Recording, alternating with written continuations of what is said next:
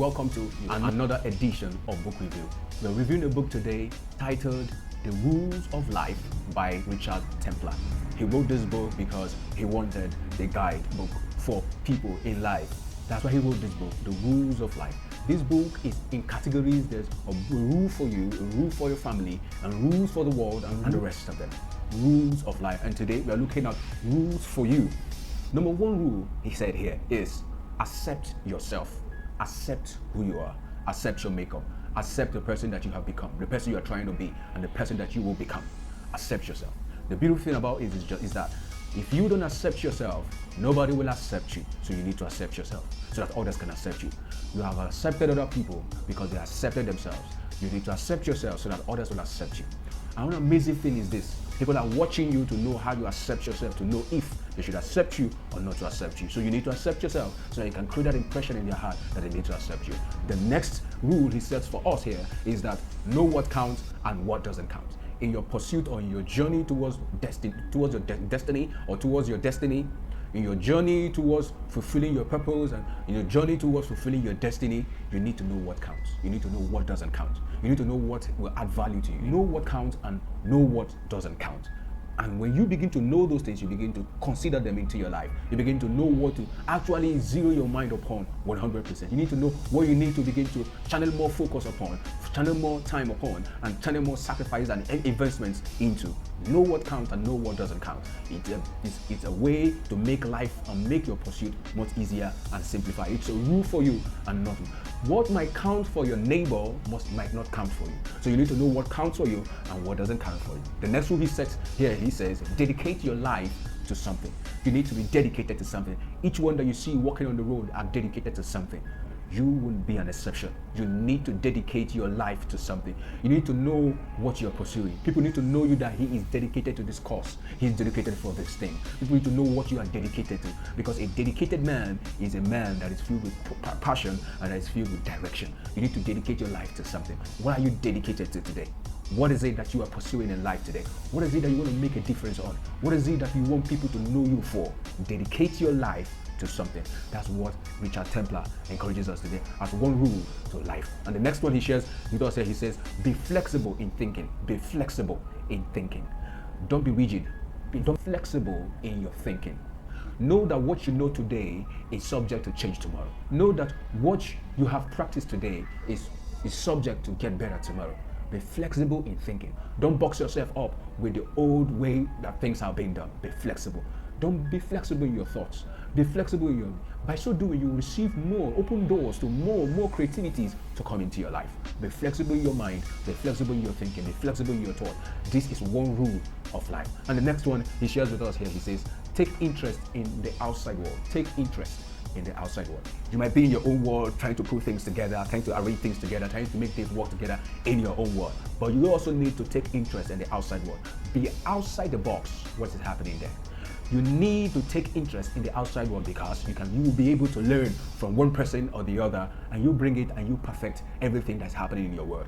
Most of the things you see today, ideas that has metamorphosed today, are where people who took interest in the outside world. They were coming up with their plan, and at some point they stepped out of the box and they saw what others were doing, and they brought those ideas into their own world and they made it better.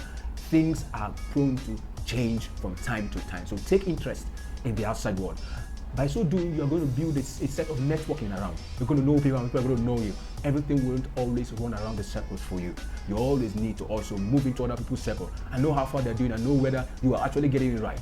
If you are the only one tutoring yourself, it will be too hard to grow.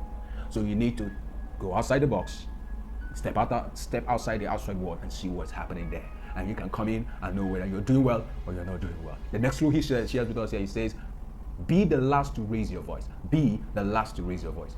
This has to do with a rule when it has to do with disagreements and discords within two parties or partners, either in a relationship or whatsoever. Be the last to raise your voice. One thing about being the last to raise your voice is that it allows you to listen. It allows you to understand. It also gives room to the other partner to listen to you if they are the ones raising their voice. Be the last to raise your voice. It's one rule of life that Richard Templar shows us in this book, The Rules of Life. The next one he shares with us says, be your own advisor. Be your own advisor. Now, this has to do with situations where things are getting too terrible and they are getting too selfish and people are not advising you properly, be your own advisor. You need to be your number one cheerleader. You need to be your number one motivator. Be your own advisor. This is one rule of life.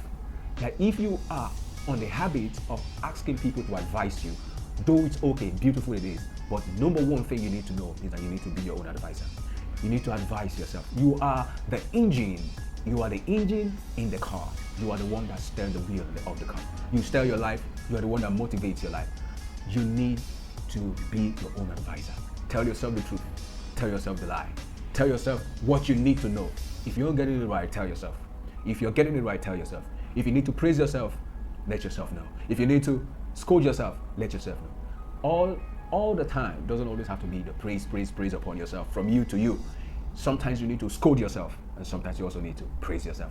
Be your own advisor. In situations, advise yourself. Before you can get the best advice you need to get, advise yourself. That's one rule of life. The next one he shares with us, he says, change what you can change and let go of the rest. There are things that you can change and there are things you cannot change. If you see those ones that you can change, change them. Change them for your good. Change them for your profit.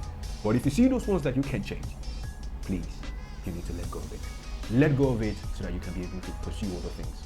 So change what you can change and let go of the rest. This is one rule of life. You mustn't change everything. Everything doesn't have to be changed by you. You need to change the ones you can change and let go of the rest. The beautiful thing about life is that the ones you can change are meant for you. And the ones you cannot change are meant for others to change. So change what you can change and let go of the rest. The next one he shares with us here, he says, aim to be the very best in everything you do, not the second best. Aim to be the very best in everything you do and not the second best. In whatsoever you are pursuing, in whatsoever aspiration you're looking up to, in whatever skill that you want to reach to acquire, aim to be the very best. Being the best adds more color to our lives. Aim to be the very best and not the second best. Pursue being the very best. Aim for the best and not the second best. The next rule he shares with us, he says, don't be afraid to dream. Don't be afraid to dream. Dreamers never fail. You need to dream. What's your aspirations? What are your goals? You need to dream. Don't be afraid to dream. Even if your dream intimidates you, your dream frightens you, don't be afraid to dream. I heard a story in the Bible of a man who dreamt of how his brothers and his parents were bowing down to him. Though it frightened him, but at the end of the day, his dream came through. Don't be afraid to dream. Dream big, dream big, dream big, dream bigger, dream the biggest. Don't be afraid to dream. No matter how small that goal is or that aspiration, that pursuit is, don't be afraid to dream. Dream big. And when you are dreaming, make it so big, because you want to make it so big, you want to achieve so big. The next one he shares with us here, don't dwell on the past. The past is past. The present is here. Don't dwell on the past.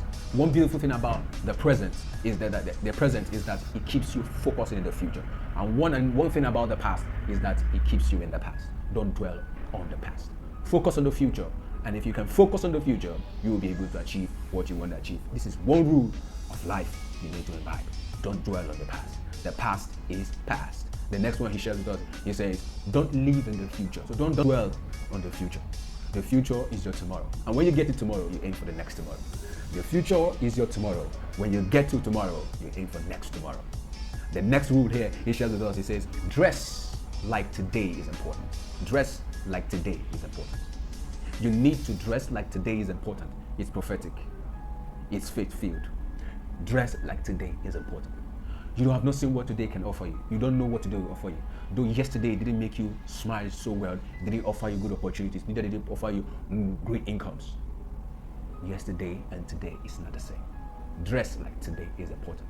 Dress like you're going to meet someone of great importance. Dress like you're going to meet an opportunity today. Dress like you're going to hit a business deal. Dress like you're going to meet some new clients and you're going to meet some new partners and you get into a relationship. You're going to run into serious issues. You're going to run into some opportunities that are going to turn your life around. Dress like today is a rule of life. The next one he shares with us, he says, have a belief system. Have a belief system. A system that motivates you, that causes your framework, that makes you feel better. Have a belief system. The belief system that you can do all things. The belief system that you have the willpower to do. They have a belief system. A belief system that works for you. A belief system that you hold so that even when things are getting difficult and tough, it works for you. Have a belief system. That is another rule of life. The next one he shares with us here, he says, leave a little space for yourself each day. Leave a little space for yourself each day to relax, to catch up with any other thing that has been left unattended to. Leave a little space each day, behind each day. Leave a little space for yourself to recreate, to visit, to see the movies. Leave a little space each day for yourself to go see the movie, to recreate, to hang out, to discuss.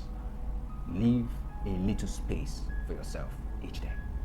This is our rule of life.